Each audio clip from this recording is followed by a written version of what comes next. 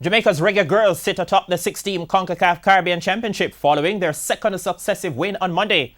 Karen Madden was at the National Stadium.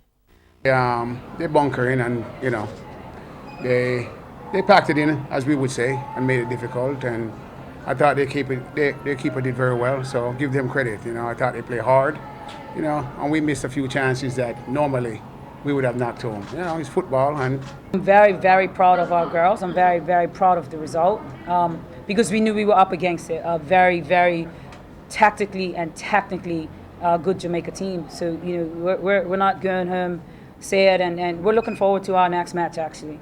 What we did today, for us to execute a game plan that we discussed 2 days ago in a match today is what lets me know that the rest of this tournament we're going to be successful.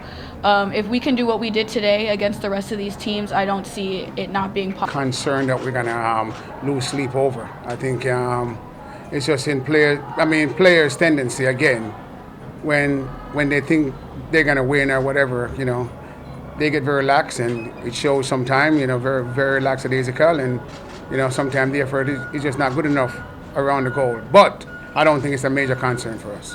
Giselle Washington is the youngest player in the Reggae Girls team, and she picked up a late goal. It's just a tactic for our team just to keep pushing till the whistle's blown. So it was an amazing feeling to score and just go out there and do my best. So Jamaica on 6 points will face second place Trinidad and Tobago on 3 points, and the game in hand on Friday. Karen Madden, TVJ Sports.